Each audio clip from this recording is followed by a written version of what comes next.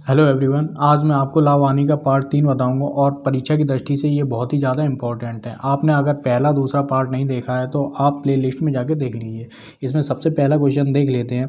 किसी वस्तु को 12% हानि पर बेचा, ठीक है, यदि इसे 10% लाभ पर बेचा जाता, मतलब कोई भी वस्तु है वो क्या है, 100 रुपये की है और उसे क्या किया, 12% की हानि पे बेच दिया, ठीक है, माइनस लगा दिया यानी कि हानि पे बेच दिया। तो 12 तो कितने की वो वस्तु हुई, 100 रुपये की वस्तु थी, 12% की हानि हुई, ठीक है, तो 88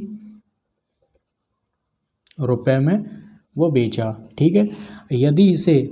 यदि इसे मतलब यहाँ पे कंडीशन डाल दी गई, यदि इसे 10% लाभ पर बेचा जाता, तो वही वस्तु 100 रुपये की है और 10% लाभ पर अगर बेचा जाता, लाभ मतलब प्लस लगा दिया, बेचा जाता तो कितना हो गया, 110 हो गया, ठीक है। तो यहाँ पे क्या है, जब भी ऐसा क्वेश्चन आ जाए यदि करके कोई कंडीशन डाल दी जाए तो वहाँ पे क्या होगा, अंतर होगा, ठीक है। और ये पहचानने के लिए भी है कि बेचा जाता तो 132 रुपये अधिक मिलते। इस तरीके का अधिक कम, अधिक हो, कम हो, पास हो, फेल हो, इस तरीके का अगर आ जाए तो अंतर होगा, ठीक है। तो इसमें से हम लोग अंतर निकालेंगे तो अंतर कितना आ गया, 22 का आएगा अंतर, ठीक है। अब ये जो 22 है वो किसके बराबर है, वो 132 के बराबर है।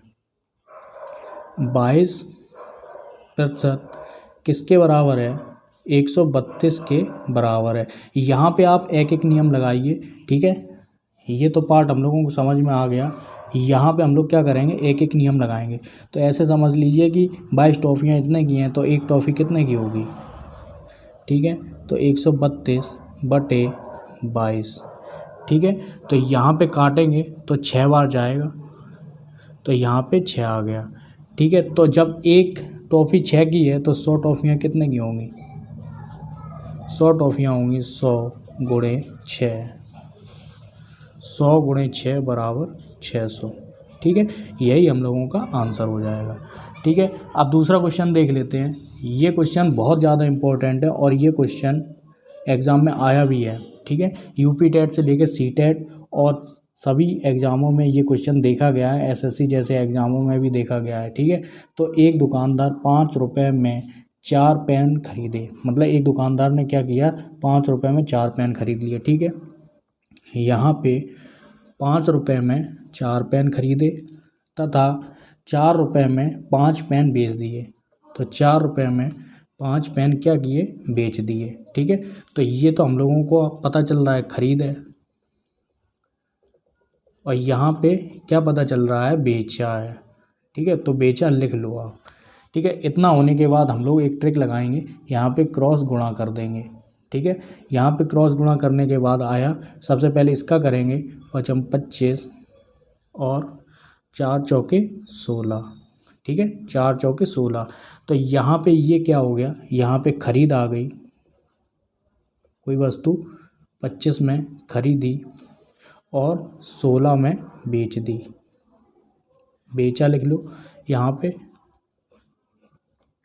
अब हम लोगों को ये पता चल गया, ये यहाँ पे क्रय मूल्य है, यहाँ पे क्या है, विक्रय मूल्य। अब उसी तरीके से सवाल लगेगा जैसे लगता है, ठीक है। तो सबसे पहले हम लोग क्या करेंगे, लाभ हानि का प्रतिशत निकालना है। तो लाभ हानि प्रतिशत निकालने का क्या सूत्र होता है, यहाँ पे हम लोगों को पता चल रहा है यहाँ पे हानि हो रही है, तो कितने की हानि हो रही है, यहाँ पे 9% की हानि हो रही है, ठीक है। 9% की हानि हो रही, तो हानि प्रतिशत बराबर, ठीक है, 9 ऊपर आएगा, हमेशा क्रय मूल्य नीचे रहेगा। क्रय मूल्य कौन सा है, जो ख़रीदा जाता है, ठीक है, कॉस्ट प्राइस जो होती है। तो 25 नीचे आएगा और इसमें गुणे 100 कर देंगे, ठीक है। 25 चौके 100 और 9 चौके 36% की हानि हुई, ठीक है। तीसरा सवाल दोस्तों देख लेते हैं। तीसरे सवाल में उसी तरीक़ा से हम लोग सवाल लगाएंगे। एक दुकानदार 10 रुपये में 11 पेन खरीद कर 11 रुपये में 10 पेन बेचे तो लाभ हानि प्रतिशत बताइए। तो कोई दुकानदार है, उसने क्या किया, 10 रुपये में 11 पेन खरीदे, ठीक है। तो यहाँ पे हम लोग खरीद लिख लेते हैं, ठीक है। और उसी दुकानदार ने 11 रुपये में 10 पेन बेच दिए, तो 11 रुपये में 10 पेन बेच दिए, तो यहाँ पे बेचा लिख दो, ठीक है। यहाँ पे हम लोग क्रॉस गुणा करेंगे उसी तरीके से। तो सबसे पहले इसका करेंगे 100, 10 गुणे 10 यानी कि 100 हो जाएगा। ठीक है। इसका करेंगे तो 121 हो जाएगा। ठीक है। अब हम लोगों को पता चल गया ये खरीद है और ये क्या है, बेचा है। उसमें हानि हो रही थी, इसमें क्या हो रहा है, लाभ हो रहा है, क्योंकि कोई वस्तु 100 रुपये की है, उसने क्या किया 121 रुपये में बेच दिया है। तो कितना हो गया, 21 का हम लोगों को लाभ हो गया। ठीक है। 21 का हम लोग लाभ पता चल गया, तो यानी कि लाभ प्रतिशत लिखेंगे, लाभ प्रतिशत बराबर। तो ऊपर क्या होगा, ऊपर जो अंतर आएगा, नीचे हमेशा क्रय मूल्य आता है यानी कि 100, क्रय मूल्य आता है यानी कि 100 गुणे 100। ठीक है। इतना होने के बाद 100 से 100 काटेंगे, कितना आ गया आंसर, 21% की 21% का क्या हो गया, लाभ हो गया। ठीक है दोस्तों, इसमें चौथा क्वेश्चन देख लेते हैं। 20 वस्तु का क्रय मूल्य 16 वस्तु के विक्रय मूल्य के बराबर है। ठीक है। तो ये भी बहुत सरल है, इसमें इम्पोर्टेंट आप लगा लीजिए, ऊपर वाला भी इम्पोर्टेंट है। ठीक है। तो इसमें 20% का क्रय मूल्य है, 20 यानी कि 20 वस्तुओं का क्रय मूल्य है, तो 20 गुणे क्रय मूल्य। ठीक है। 20 गुणे क्रय मूल्य बराबर 16 वस्तु के विक्रय मूल्य के बराबर है, यानी कि 16 वस्तु के विक्रय मूल्य के बराबर है। ठीक है। तो हम लोगों को ये पता चल गया 20 वस्तु का क्रय मूल्य, 20 वस्तु का क्रय मूल्य 16 वस्तु के विक्रय मूल्य के बराबर है। ठीक है ना, तो हम लोगों ने बराबर का चिन्ह भी लगाया है। तो इसमें हम लोगों को पता चल गया, पता करना है लाभ हानि प्रतिशत ज्ञात करना है। तो ऐसा अगर कोई भी क्वेश्चन आ जाए तो मान क्या होगा, उल्टा होगा। अगर आपको नहीं समझ में आ रहा है तो आप इसे बटे में भी कर सकते हैं। ठीक है, बटे में समझ में आ जाएगा कितना होगा मान। ठीक है। तो सबसे जैसे मान लीजिए A/B और C/D, तो A का मान C हो जाएगा, B का मान D हो जाएगा, अगर हम लोग बटे में करेंगे। ठीक है।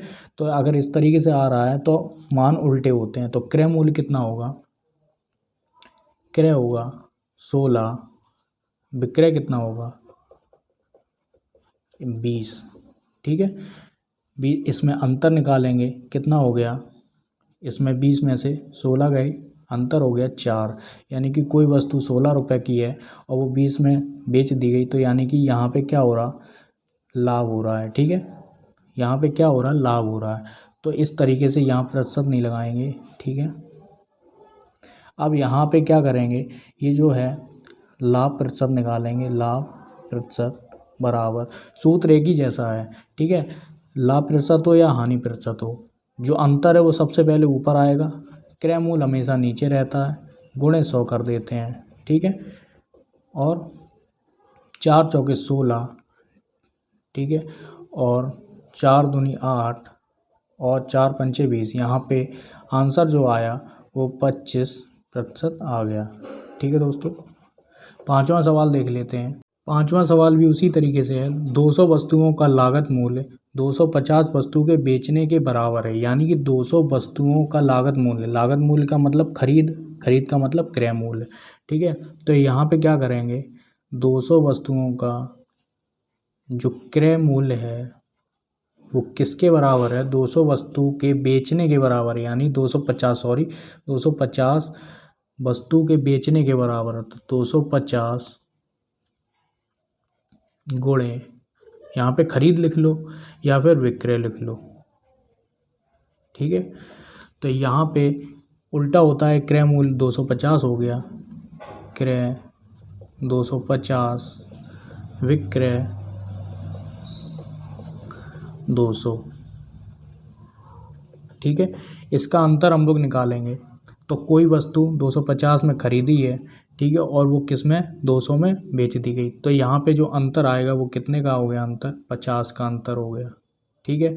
तो इसका मतलब ये है यहाँ पे हानि आ रही है। ठीक है, क्योंकि वो कम में बेची जा रही है, तो हानि आ रही, तो हानि प्रतिशत निकालेंगे।